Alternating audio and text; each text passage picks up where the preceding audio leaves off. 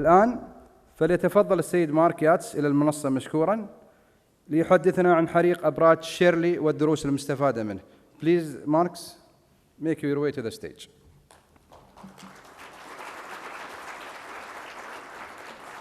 Good morning, and thank you so much for inviting me over to give a United Kingdom perspective on high-rise firefighting today. You will have seen from my biography that I've done over 30 years in the United Kingdom Fire and Rescue Service in all positions, and unfortunately having been involved in a high-rise incident where 2 firefighters lost their lives, which I will touch upon.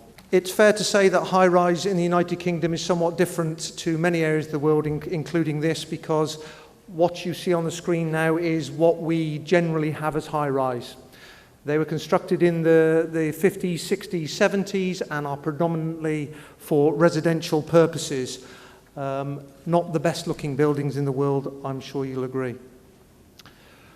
We actually have very few skylines like you see in front of you now.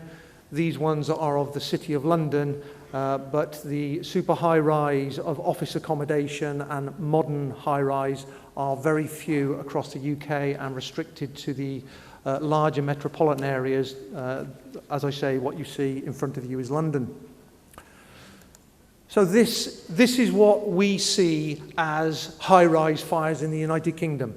You will see they tend to be residential, they tend to be single compartments that you see in front of you, and they tend to be in the older style buildings. None of the buildings you see in front of you there have sprinkler systems. Okay, they're built to reasonably good modern building codes, but that doesn't include sprinklers, which is to me as a professional fire officer, that is a disappointment at the very least, and the Chief Fire Officers Association of the United Kingdom campaigned long and hard to try and get that sprinklers in buildings, but as yet it's not happened. Very occasionally, those single compartment fires do generate into larger fires, but they tend to spread laterally rather than vertically, and as you see from the screen, they tend to be restricted to a single or 2 floors, and so we see very few, if at all, the large vertical spread fires that you see in front of you now. So I am unaware of fires of this nature in the United Kingdom. I'm not saying they haven't happened, but I'm certainly unaware of them. So we are not used to dealing with fires at multiple levels on super high-rise. It tends to be a single compartment or a single floor. But things do go wrong. There is no doubt that things go wrong on occasions, and when they do go wrong, they can sometimes go tragically wrong, unfortunately. And these headlines that you see in front of you from newspapers are generated from 3 incidents where there have been multiple deaths of either the public or firefighters, the 3 incidents being Harrow Court in Stevenage, Shirley Towers in Southampton, and Laconow House, which is in London. And those type of incidents have brought tragedy of death of firefighters and indeed members of the public, and they're the ones, 2 of those I will talk about today. The 2 I'm going to talk about, Harrow Court happened in 2005, and I was the Deputy Chief Fire Officer in that service just after the incident happened. I was appointed on the Friday, and the incident happened the following Monday night. So 4 days later, so the whole of my tenure in my Deputy Chief Officer's role in Hertfordshire, as it was at the time, was overseeing the investigation into Harrow Court, where 2 firefighters lost their lives. Shirley Towers happened approximately 5 years after that, and disappointingly, the 2 incidents have got great similarities. And I say disappointingly because one of the things I stand in front of you to say today is that we try to learn the lessons. We try to make sure what happened at one incident, which has been loss of life, we try to make sure it doesn't happen again. But these 2 incidents, it did happen again. So to look at Harrow Court. Harrow Court is 1960 traditional construction. I think it's 16 stories high And as you can see from the blackening on the building exterior there, the incident happened on the 14th floor. The photograph on the left is important because you'll see, like high-rises throughout the world, they're fitted with rising mains for firefighters to use. So the firefighters can get water, access to water on all floors. However, if the procedures are not used correctly, then that access to water can be denied, as I will go on to demonstrate to you. In both of these incidents, it's fair to say that there were not a shortage of fire resources.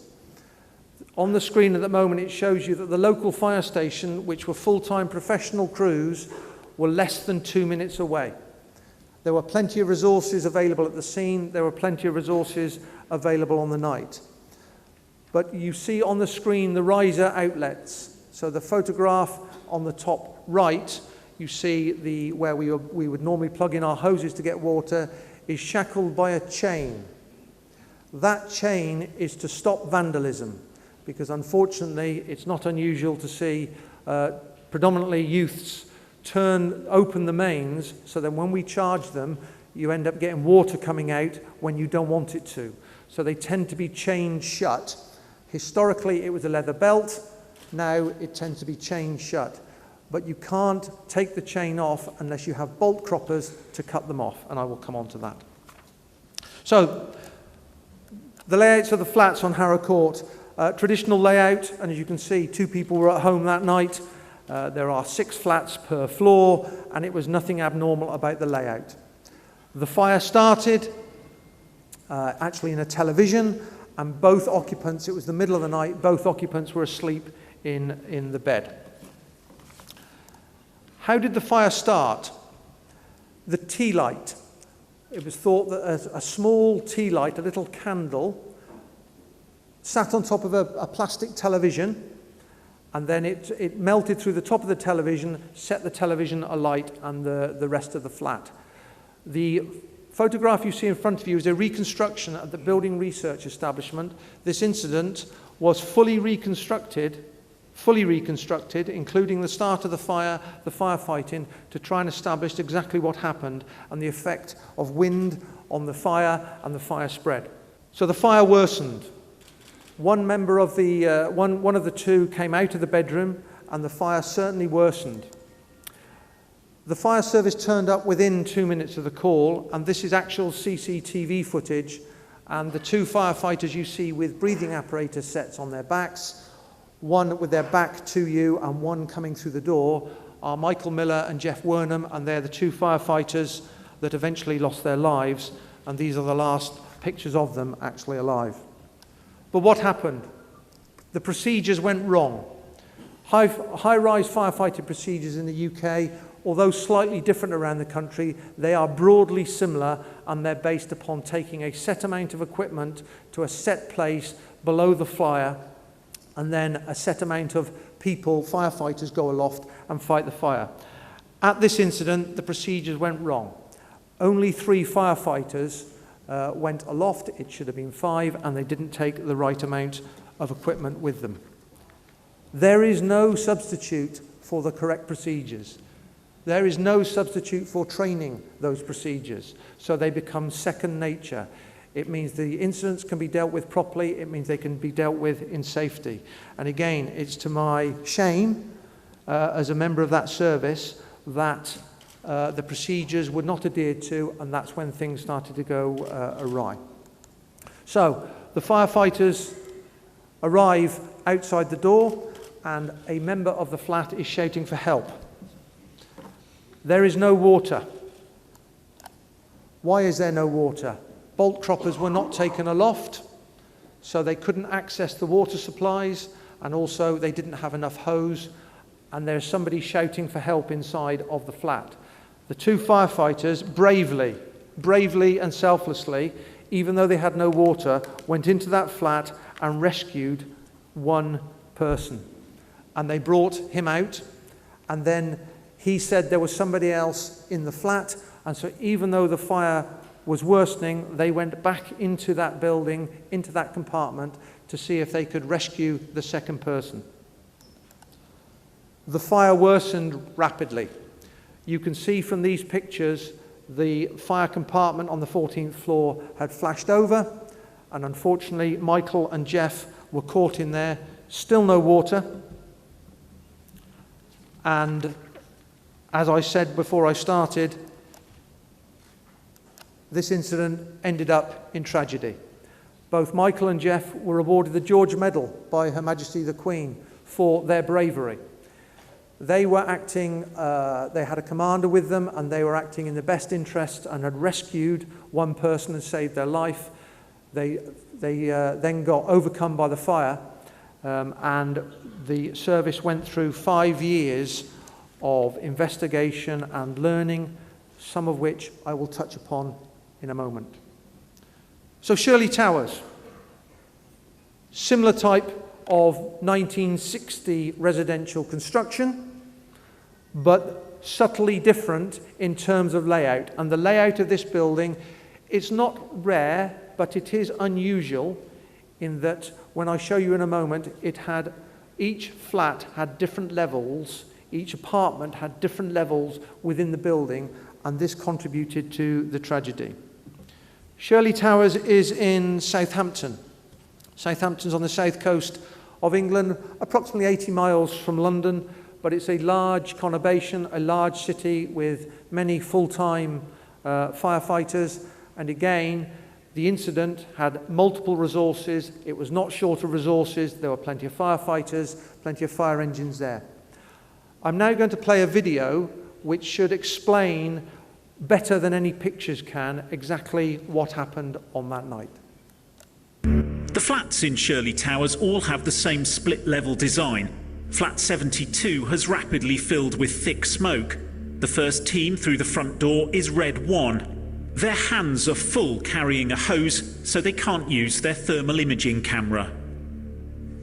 They came up these entrance stairs, but the flat was so thick with smoke that they failed to spot that the seat of the fire was right in front of them in the far corner of the living room. So they began a standard procedure known as a right-hand search, literally feeling their way along the walls and up the flat. Following in their footsteps comes Red 2, that's Jim and Alan. Their job to help manoeuvre Red 1's hose around the flat. On this middle landing, Red 1 first checked the toilet and the bathroom, still looking for the source of the fire. Crucially, this fire door had been wedged open. If it had been closed, that would have told them that the fire was somewhere down there. But without that information, they continued the search upwards. Red 1 checked the bedrooms on the upper level, and they made the decision to open a window to try and ventilate the flat and get rid of some of the smoke. There's a sudden massive escalation in the fire's intensity. The stairway in the flat acts like a chimney, funneling the heat straight up at the firefighters. In smoke so thick they can't see their torch beams, and temperatures of hundreds of degrees centigrade, the firefighters become disorientated. Under extreme difficulty, Red 1 made it up the final flight of stairs to the upper fire escape and out of the flat. But Jim Shears and Alan Bannon were still down there somewhere, trapped under cables which had fallen from the ceiling and succumbing to the intense heat. So that gives you an understanding and picture of what happened. And the two firefighters that were overcome by the fire were the second team of breathing apparatus that went into the fire compartment to support their colleagues. And the issue was that the fire wasn't originally located, and so the firefighters moved past the fire, went above the fire, and ventilated above the fire and created this chimney effect, which then meant the fire rapidly worsened, and the two original firefighters could escape because, as you saw from the video, you kept going upstairs, and then right at the top of the final stair was a fire exit. And the first team just managed to get out of that fire exit, but unfortunately the second team of Jim Shears and Alan Bannon unfortunately didn't get out of that exit. Now, what I put on the screen in front of you now is just briefly to show the complexity of what happens after an incident like this within the United Kingdom. There are multiple interested parties when we have firefighters or indeed members of the public that come to harm or are killed in fires. And whether that be within the fire service, within the statutory agencies such as the Health and Safety Executive, within the local and national courts, press, there are a range of them. And the reason I put this up, because there is an emerging and growing trend within the United Kingdom now where the courts are being far more involved in tragedies that happen within the fire service. And we have unfortunately had examples of criminal proceedings against operational fire commanders where firefighters have been lost in fires, and the operational commanders have now been taken to court and criminally prosecuted, although the prosecutions failed, criminally prosecuted for the actions they either took or didn't take on those tragic events. We have been used to, unfortunately, people in my position, the chief officers and their senior directing minds, sometimes having to stand in courts and defend the organisation or the firefighters or the actions. But in the relatively recent past, we've now had operational commanders in court, which is somewhat different. To move back to Shirley Towers, just to give you some examples of what the internal building looked like during or after the fire. And one of the things I would like you to take note of is the amount of cables, electrical, fire alarm, and any other type of utility cables that are hanging in and around the building, because I will come to this in a moment. These cables posed a really significant hazard to firefighters at both Shirley Towers and Harrow Court.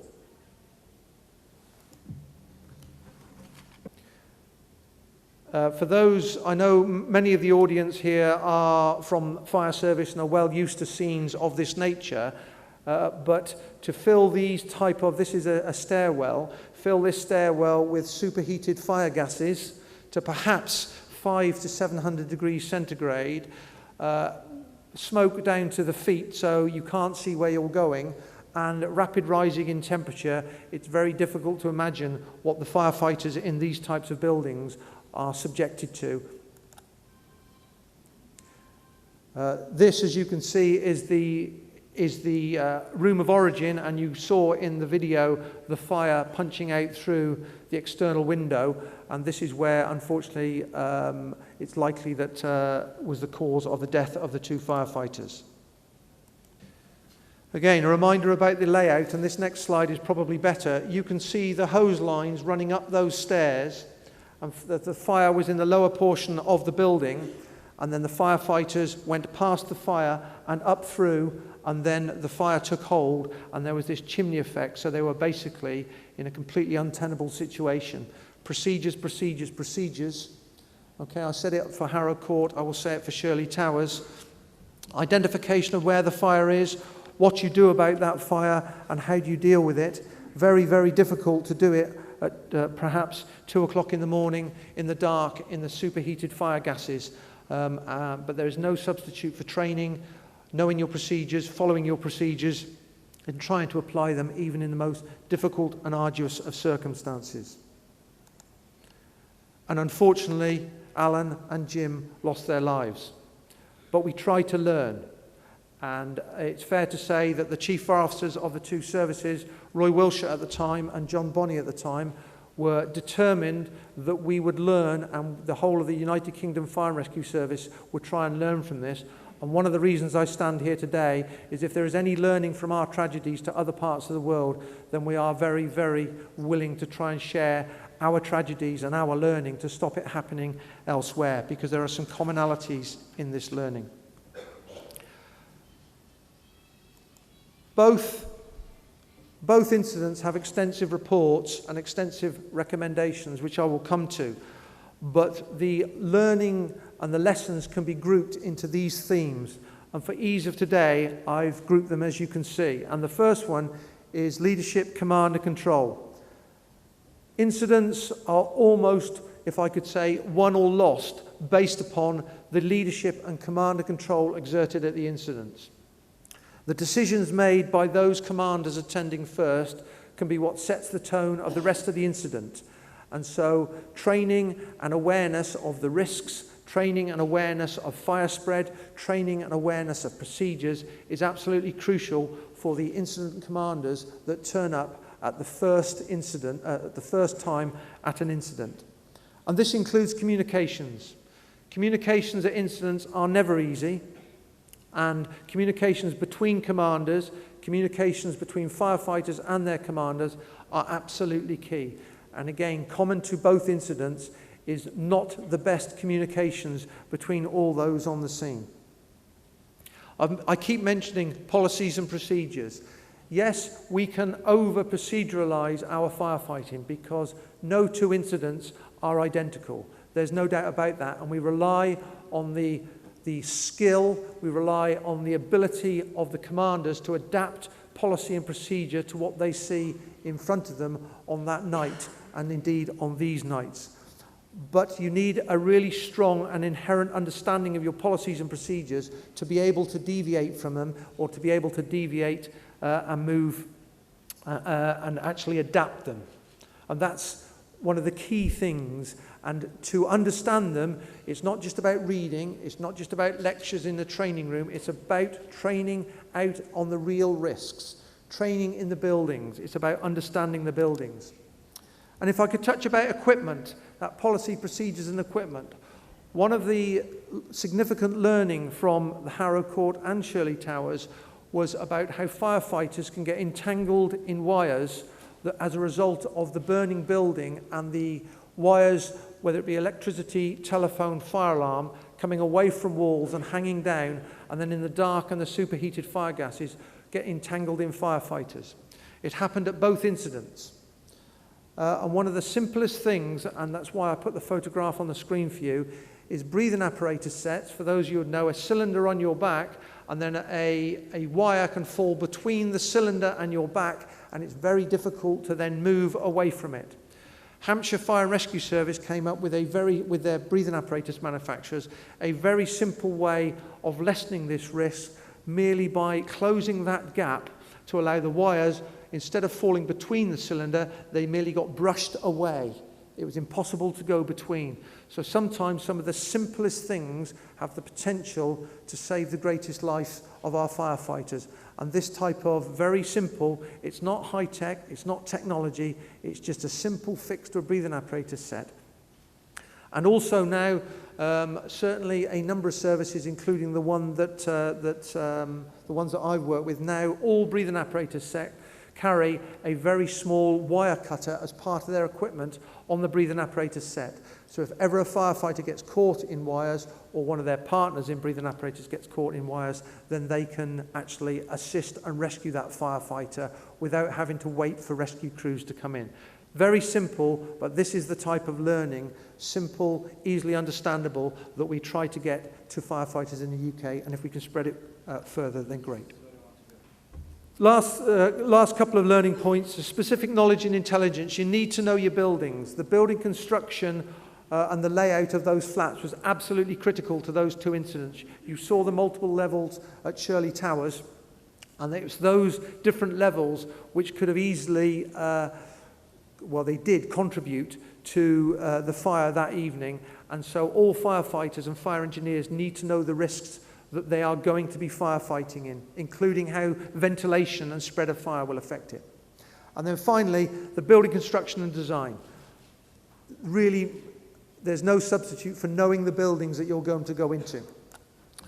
Both incidents, to finally wrap up, substantial reports are available running to many dozens of pages that set out what I've said, and also the recommendations for building design, the recommendations for firefighting, the recommendations for command and control and communications. And they are available on the web, and I believe they might be available through some of the packs that are out today. But please study those. They contain everything that I've said, plus more. And once again, thank you very much for inviting me. Thank you for allowing me to share the experiences that we've had in the United Kingdom with yourselves.